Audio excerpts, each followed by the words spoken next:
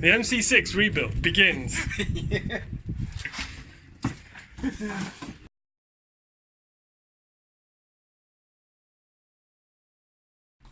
MC6 repaint prep of the cab.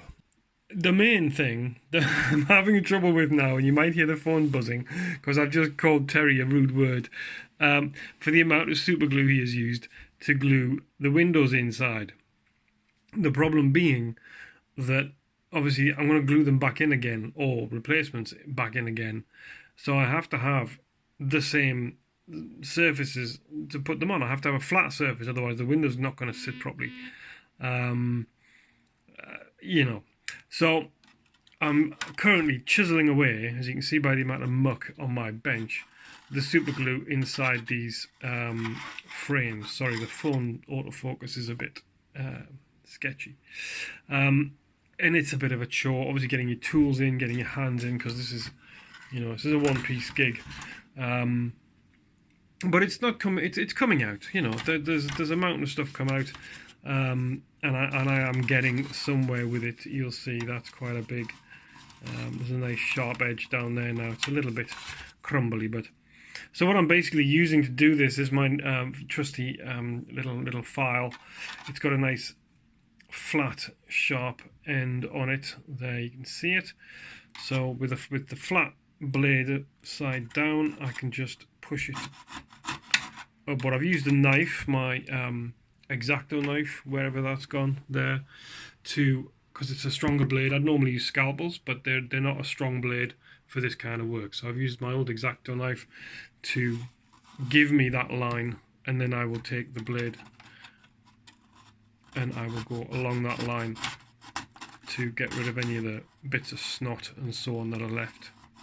You see it's not quite a straight line yet, but we're getting there.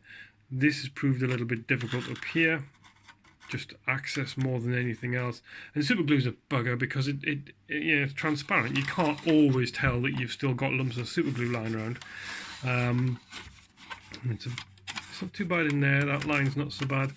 I'm not trying to clean off all the super glue outside of it. As long as the windows go in and sit properly, that's all I'm interested in. It's not my rig. So there's some glue all over the inside of this pillar here, but I'm not doing much with that. So that's where I am with the inside. I was going to hopefully try and get some primer on this cab tonight, but I don't think that's going to happen. It is 8:15 in the evening, so I'm not sure that'll happen. I've got other things to do tonight. Now on the outside, Tel's done a pretty good job of sanding it and prepping it. His sandpaper has been a little bit harsh. You can see the size of the scratches there. So I've done a fair amount of, look at these things here. So I've done a fair amount of going over with my finer grain wet and dry. The last thing I'll do is this is my stiff brush, which as well as slightly sanding the surface, will also clean out some of the sort of dust and gunk from the panel lines, so that when you spray it, you don't have a whole bunch of, you know, messy stuff inside the joints. And then I'll wash it, because there's a lot of dust and a lot of stuff has accumulated on this now. So I will give it a wash and let it dry, which is probably why it won't get sprayed tonight. Yay! Welcome back, everybody. It's MC6 repainting time. Now, there's been one or two issues which I've got to fess up about. Partly my fault, well, my responsibility, and partly the other guys. The first and most important one is I decided to prime the rig because, as you will remember, it's, let me just get one of the bits. Oh, it's a bit, you know, I can't really spray the gloss red like this that's going to be there on something that is this varied. It just isn't going to work. The gloss red won't cover, and it'll be uneven and it'll be all over the shop. So I thought, well, I'll put a coat of primer on, and that will uniform it out, and then the red can go on top. The primer, unfortunately, we've used our usual Halfords primer that we've used on the trucks before and so on, but even my standard primer, not his, Terry's got some plastic primer. has crocodiled. Now his primer crocodiled far greater than mine did, far more so than mine did, but still it's crocodiled. And even sort of recoating it, there's still, you can see there's a good example. Okay, so it does that back through to the white underneath, and you know, you sand it down, you recoat it, and you get that. So that's been a bit of an epic fail. Mercifully, I've only done the cab and the doors. I haven't done the flatbed and the sides, as you've just seen. So okay, we've learned a lesson. Halford's primer, maybe all primers, I haven't got any more to try, don't want to go on paint.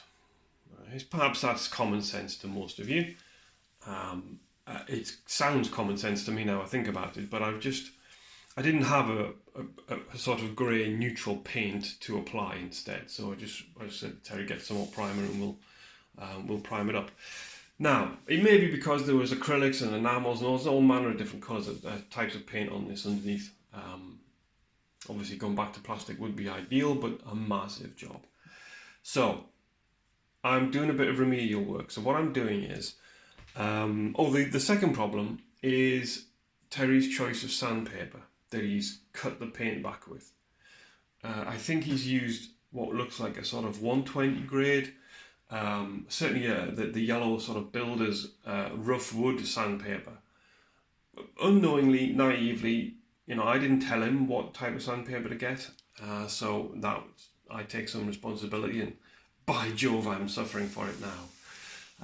So what's happened is it's scratched through, because this, you know, low grade sandpaper, low price, low quality sandpaper, doesn't, the grit probably isn't that uniform. So you think you're buying a certain grade of sandpaper, but it'll have bigger grains, smaller grains in amongst the average kind of grade size. So that's clearly what's happened here, because the truck, the paint, as you can see, you know, you can see where I've cut the grey back to the white that was underneath. Look at the score marks. Now that's not the crocodiling of the there's a little bit of crocodiling there, but you can see just this kind of stuff is sandpaper. You know, that's the sandpaper that's ripped through the paint in places, and when I've painted over it, it's produced an almost like woodwork effect. It's very hard to show you, you know, but you can see this kind of that's got, you see that kind of look there, you see. Now I've put some Tipp-Ex on to fill some of the worst offending holes, and I'm going to have to cut all this back. Oh, and I will say the sandpaper that I use is this grade.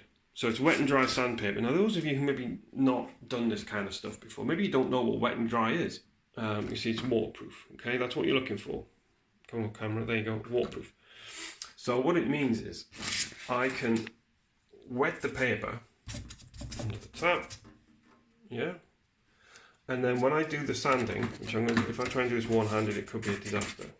When I do the sanding on a hard plastic body on a metal draining board, so that's going to sound great. What you'll hopefully see is that the solution, all the dust that you're sanding off, comes away. You can see it there. Okay, goes into the water, so you get a kind of suspension, and it keeps the grain clear. It's a bit like your tyres when you're crawling. You know, you go through a puddle, it washes the muck out of the tyres. When the tyres are choked up, it doesn't work. So that's the same with sandpaper. You know, if you use this dry, it'll just fill up and it'll go. You'll not be able to tell the difference from the front and the back. But when it's wet, even 600 grade, and I've got 1500 grade upstairs, even when using something like 600 grade, which you might initially think is never going to get the job done, it really does. It cuts right through, and this is good quality. So I know all of that is going to be 600 grade. There's no 400 or 200 grade lumps in there going to rip the hell out of a bit, you know, like a big scratch.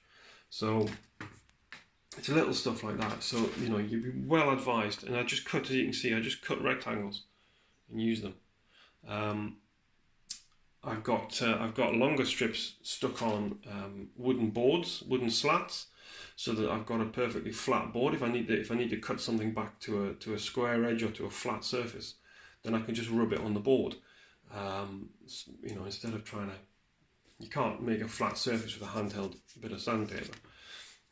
Anyway, that I digress. But that's the sandpaper I'm using, and dear God, I wish I'd told Terry before. I just said, yeah, just sand it back a bit and get the rough edges off it. You know, just take it down to a smooth finish. It's fine. You know, I should have told him how. Oh dear. Well, anyway, we're going to rescue you, MC6, and I think you'll agree, folks. When it finally ends up looking something more that colour, it's going to look pretty awesome, isn't it? It's going to look pretty awesome. Anyway, okay, there you go, 10 minutes, wow. Alright gang, have a good weekend, and hope you all get out and do some wheeling. Don't think I'm going to be.